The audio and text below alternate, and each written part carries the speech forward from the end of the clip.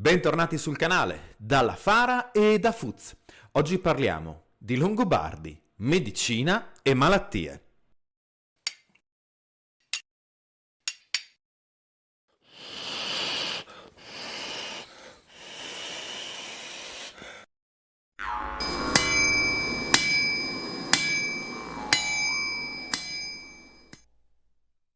Bentornati e come sempre un ringraziamento a chi ci segue, a chi è nostro Patreon, a chi si abbona qui sul canale, in questo modo supporta tutto l'operato della Fara. Se non sapete cosa fa la Fara, siamo dei divulgatori e ricostruttori delle prime generazioni longobarde in Italia. Ricostruiamo abiti, armi, addirittura edifici di piccole dimensioni ovviamente, oggetti d'uso e poi li utilizziamo per la didattica. Quando trovate il mio faccione qui su YouTube, invece, vi raccontiamo la storia longobarda. Non flettiamo i muscoli, non sfiliamo e non siamo epici. Quindi, se questo è quello che vi interessa, non siamo il target giusto. Ma se vi interessa la storia longobarda, l'archeologia longobarda e la ricostruzione come strumento per la sua divulgazione, siamo qui. Patreon, YouTube abbonati e ovviamente i super grazie, ma anche iscriversi al canale e cliccare la campanellina sono grandi metodi per supportare il nostro lavoro. Veniamo all'argomento di oggi. Quando abbiamo iniziato a utilizzare questo canale YouTube in maniera attiva, era ovviamente, come per molti di noi, il periodo della pandemia. Abbiamo iniziato con dei racconti tratti da Paolo Diacono, poi con questi video con un audio decisamente peggiore all'epoca, e poi con i video legati al nostro villaggio ricostruito, alle nostre armi, ai nostri oggetti di tutti i giorni. In quei giorni, e poi potremmo dire in quegli anni, il tema della pandemia era un tema quotidiano e, come spesso noi facciamo, abbiamo deciso di evitarlo a pie pari. Sì, perché per quanto sia anti-intuitivo, troviamo più etico evitare di seguire l'algoritmo. Ma l'argomento delle malattie è un argomento molto interessante, soprattutto alla luce degli studi più recenti. Se parliamo infatti di Longobardi, possiamo affrontare lo studio delle malattie e della loro cura o tentativo di cura attraverso sostanzialmente due punti di vista principali. Quello storico-letterario e quindi l'analisi delle fonti, che come sappiamo sono poche, la principale è Paolo Diacono, anche se non l'unica, con la sua Historia Longobardorum, e l'analisi invece dei resti ossei, e quindi l'antropologia funeraria dei reperti longobardi. Iniziamo con questa prima parte, quella legata all'analisi delle fonti letterarie e in particolare di Paolo Diacono. Questo video è pieno di contenuti su Paolo Diacono, sull'Historia Longobardorum, quindi mi raccomando, se siete nuovi, sfogliate le playlist e fatevene un'idea, ma adesso non mi dilungherò troppo. Quello che ci viene fatto capire da Paolo Diacono è la presenza di un sapere medico trasversale alle culture probabilmente longobarde e tardoromane, anche se in maniera diversificata fra le due, che veniva applicato e che veniva dato per scontato da un uomo di cultura come Paolo Diacono. Abbiamo quindi ad esempio riferimenti alle varie piaghe, appunto alle pesti buboniche, ma anche alle carestie che spesso a queste si accompagnano, e anche riferimenti più precisi a determinati interventi. Ad esempio, la flebotomia a cui fu sottoposto Grimoaldo, discendente dei duchi del Friuli, duca poi di Benevento e primo re d'Italia di origini friulane.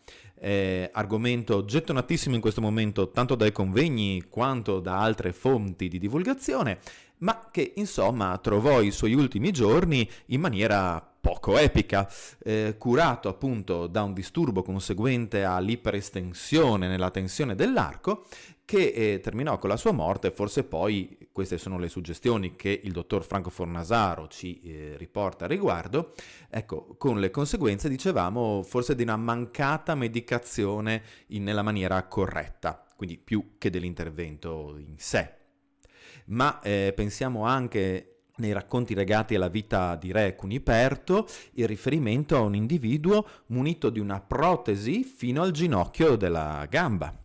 O ancora, spostandoci piano piano in una fonte letteraria diversa, tutti quei passaggi legati alle offese arrecate ad aldi e a ministeriali, che noi normalmente leggiamo più nell'ottica appunto dell'analizzare quanto fosse violenta la società dell'epoca, che però hanno sempre in chiosa il parere del medico.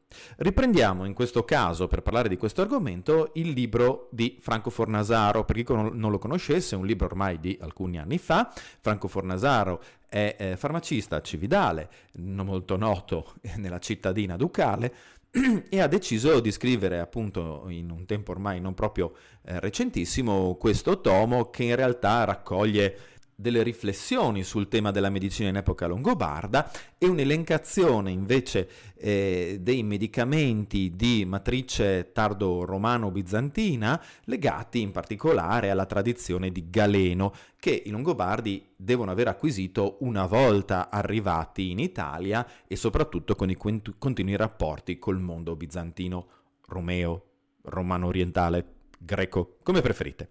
Fatto sta che in questo libro però sono riportati alcuni passaggi appunto legati ai danni fisici che possono essere riportati da atti ministeriali, alle pene che questi richiedono e al parere medico. Ora, normalmente noi facciamo riferimento all'edizione Villa delle leggi dei Longobardi, ma in questo caso il dottor Fornasaro ci fa il piacere di raccogliere questi elementi. Quindi perché non approfittare di questo favore?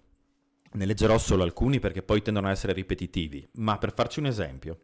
Delle ferite al torace. Se qualcuno avrà ferito al torace un servo ministeriale o un aldio altrui, vuoi con una freccia o con una qualsivoglia arma, paghi 6 soldi, escluse le spese per le prestazioni del medico. Delle ferite che trapassano il braccio o la gamba da parte a parte. Se qualcuno avrà trapassato da parte a parte il braccio o la gamba di un servo o aldio altrui, paghi 2 soldi. Se l'avrà soltanto ferito senza trapassarlo, paghi 1 soldo, escluse le spese per l'intervento del medico. Del feritore. Chi ha inferto la ferita vada a cercare un medico. Se avrà trascurato di farlo, il ferito o il suo padrone trovino un medico e il responsabile della ferita al capo o delle altre lesioni soprascritte paghi al medico il compenso per l'opera prestata, secondo quanto lo stesso medico giudicherà equo. È interessante quindi notare come la figura del medico addirittura venga riconosciuta a livello legale, all'interno delle leggi di Re Rotari, e che il compenso del medico, per quanto non indicato dalle leggi del re, forse perché è locale, forse perché è variabile, risulti comunque obbligatorio, riconoscendo quindi anche una professionalità di questa figura. Se da questo punto di vista ci spostiamo all'ambito più strettamente archeologico e poi antropologico, anche altre informazioni si fanno molto interessanti. Sì, perché in passato abbiamo parlato molto spesso di come l'analisi degli scheletri fornisca grandi informazioni sullo stile di vita dei nostri antenati longobardi, in particolare sull'evoluzione di quello che le stesse antropologhe definiscono spesso lifestyle. Ecco quindi che il pattern che possiamo vedere, ma che in particolare si mostra molto, molto bene nell'analisi della necropoli piemontese di Collegno. Ho detto giusto questa volta l'accento? L'ho sbagliato l'ultima volta. E abbiamo delle amiche follower piemontesi. L'ho detto giusto? Al di là dell'accento, in questa necropoli possiamo incontrare la progressiva evoluzione dei marche ossei sulle tombe longobarde. Per circa 3 generazioni le tombe longobarde vengono ancora identificate come tali per la consuetudine a deporre corredi o parti del corredo, e poi vedremo in altri video anche per il confronto fra le analisi genetiche dei reperti organici. Ma quello che a noi interessa è che i marche ossei in queste 3 generazioni variano rapidamente. Nella prima generazione, infatti, notiamo la presenza di marche ossei che mostrano una grande attività muscolare nella parte alta del corpo e meno in quella inferiore, legata al sollevamento di pesi, ad attività fisiche che, se messe in relazione con la presenza statisticamente molto rilevante di traumi al capo, traumi violenti al capo, lasciano intuire come questi primi longobardi fossero impiegati nell'arte militare e quindi fossero allenati e dediti a questa, da qui marche ossei alla parte alta del corpo per l'utilizzo della spada e dello scudo, e i traumi conseguenti dell'utilizzo di queste abilità in contesti in cui purtroppo altri ne avevano di migliori. Di conseguenza ci troviamo di fronte a un popolo guerriero.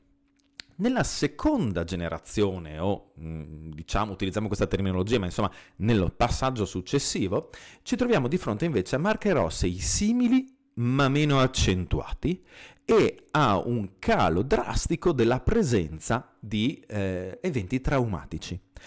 Le antropologhe hanno ipotizzato di leggere in questa evoluzione il passaggio dall'utilizzo della spata, che poteva pesare anche più di 1 chilogrammo, e dello scudo a lei affiancato, all'utilizzo dello scramasax lungo, che per proporzioni leggermente più tozzo della spada pesava anche di meno e quindi avrebbe inciso meno nei marker ossei e nella dimostrazione dell'utilizzo e dell'allenamento all'utilizzo di questi strumenti. In più, il calo di eventi traumatici, per quanto non la loro completa sparizione, dimostrerebbe anche come la pratica stessa fosse limitata più a una questione di allenamento che a un suo reale utilizzo. In ultima analisi, la terza generazione, sempre per usare queste semplificazioni cronologiche, andrebbe invece a mostrare la quasi totale assenza di traumi violenti e la presenza di marker ossei legati sì a un grosso impegno fisico, ma non più compatibile con l'utilizzo di armi e relegato alla parte superiore del corpo, quanto piuttosto all'utilizzo di attrezzi e in particolare di lavori usuranti e ripetitivi. Abbiamo quindi una parabola che anche nelle patologie ossee e nella crescita ossea degli individui ci mostra come la prima popolazione longobarda di guerrieri si evolva lentamente in una popolazione pacifica di possidenti terrieri o lavoratori. Non mancano però i casi particolarmente interessanti legati alla pratica medica e alla aspettativa di vita del mondo longobardo. Abbiamo già parlato in un video precedente, che ovviamente vi lascio in descrizione e se riesco vi metto anche qui, però tanto se lo guardate la televisione qui non lo vedrete. Abbiamo già parlato in passato, dicevamo, del caso particolare di Povegliano Veronese. Nella necropoli di Povegliano Veronese, necropoli interessantissima per numerosi aspetti, compresi soprattutto quello legato agli animali totemici. Se non avete visto il nostro video realizzato con il Museo Archeologico Nazionale di Cividale del Friuli per gli animali totemici su richiesta di Italia Longobardorum, vi invito a visitare sia il canale di Italia Longobardorum, Longobardi in Italia, che del Museo Archeologico Nazionale di Cividale per visionarlo. È veramente molto affascinante, non perché c'eravamo noi, ma perché il tema è incredibilmente affascinante. Ecco che all'interno di questa necropoli viene indagata una tomba specifica, una tomba di un uomo vissuto in epoca longobarda che ha subito un trauma particolare, l'amputazione di una mano. Voi direte, vabbè, grazie, tagliano una mano, lo trovi nel cimitero, l'equazione è fatta. No, la questione è che in questo caso, accanto al corpo e vicino alla parte amputata, è stata ritrovata anche la protesi, una coppa in legno con legacci in cuoio terminante con una lama, sostanzialmente appunto una protesi per poter utilizzare quell'arto anche se privo della mano. La parte interessante è che il livello di guarigione, di avanzamento della guarigione nella parte amputata indica una sopravvivenza dell'individuo per diversi anni e un utilizzo della protesi talmente prolungato da influenzare la forma in cui le ossa sono guarite e si sono rinsaldate. Quindi quest'uomo, possiamo ipotizzare un guerriero, ma non è detto, potrebbe aver avuto necessità di amputazione della mano anche per un incidente di lavoro, ma è più facile immaginare che fosse un incidente di guerra. Ecco che quest'uomo si trova con una mano amputata, si trova a superare la parte critica e soprattutto a non soccombere alle infezioni in un'epoca senza antibiotici, a dimostrazione quindi della consapevolezza, della necessità di tenere la ferita pulita, magari di accompagnarla con delle cure che noi oggi non conosciamo, perché tutto quello che poteva essere il sapere legato a i comunque blandi, ricordiamo, blandi rimedi naturali a disposizione non è arrivato fino a noi. In ogni caso quest'uomo perde una mano, guarisce, supera la fase critica, non muore per infezione e addirittura utilizza per anni questa protesi. Un altro caso molto interessante legato a una pratica medica, anche se alcuni hanno voluto vederci un significato rituale o legale, ma gli stessi antropologi che hanno indagato questo caso ci tengono a far presente che è molto affascinante questa lettura, ma non c'è niente che ci faccia dire che sia attendibile. Ecco che in una tomba femminile di una cinquantenne longobarda, sepolta nella necropoli famosissima di Castel Trosino, si sono riscontrati dei casi di trapanazione cranica. In particolare, in questo cranio femminile pare essersi ritrovata una forma a croce, ma non nel senso che la trapanazione era stata già realizzata a croce, nel senso che la paziente, se vogliamo definirla così, è stata sottoposta a numerosi interventi per un lungo periodo in quella che viene definita una terapia di trapanazione di lungo termine. E infatti i fori del trapano sono guariti. L'ultimo viene datato a ridosso della morte proprio per la mancanza di una guarigione completa. Perché questa donna sia stata sottoposta a un trattamento simile non lo sappiamo. Era forse un'epilettica? Un'emicranica? E quindi si pensava di dargli sollievo? Quello che si può capire dall'attuale conservazione del teschio non permette di trovare segni ad esempio di tumore o di altre patologie. Chi può dirlo? Fatto sta che anche in questo caso qualcosa di estremo come la trapanazione cranica non aveva portato alla morte della paziente, che anzi era sopravvissuta, era stata sottoposta a una terapia di lungo corso. Quando pensiamo al barbarico mondo longobardo, probabilmente non prendiamo in considerazione quanto in realtà fosse complesso e variegato nella sua tradizione e a quanto si facesse influenzare, pensando al dottor Fornasario e al suo libro, dalla cultura del mondo romano, che a Bisanzio era ancora vivida e attiva. Una nota conclusiva. In questo breve video ho deciso deliberatamente di non trattare l'epoca d'oro della medicina longobarda del meridione d'Italia. Come sapete, il nostro canale, perché la nostra associazione ha questo focus, è incentrato sulle prime generazioni longobarde e si spinge a livello divulgativo, ma non a livello ricostruttivo, perché a livello ricostruttivo ci fermiamo alla fine del VI secolo, primo quarto del VII, a livello divulgativo ci attestiamo fino alla caduta del regno. Non si può essere esperti di tutto. Di conseguenza, in questo video abbiamo tralasciato la famosissima, celeberrima e giustamente celebrata Scuola Medica Salernitana, una realtà importantissima su cui molto si è detto e molto si è scritto, che si sviluppa in quell'ambito della Langobardia Minor che sopravviverà al Regnum. Se siete interessati ci sono molti testi al riguardo e blog, interviste. Una collega ricostruttrice, Federica Garofalo, ha dedicato alle figure di questa scuola, soprattutto a quelle femminili, diverso inchiostro.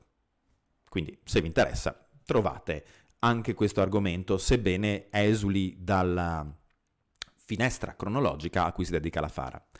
Ultimissima nota, lunedì 15 aprile mi trovate per una chiacchierata sui Longobardi sul canale di The Age of History alle 21. Troverete il link in descrizione e poi nella community del canale della Fara. Alla prossima, spero di avervi interessato e mandi!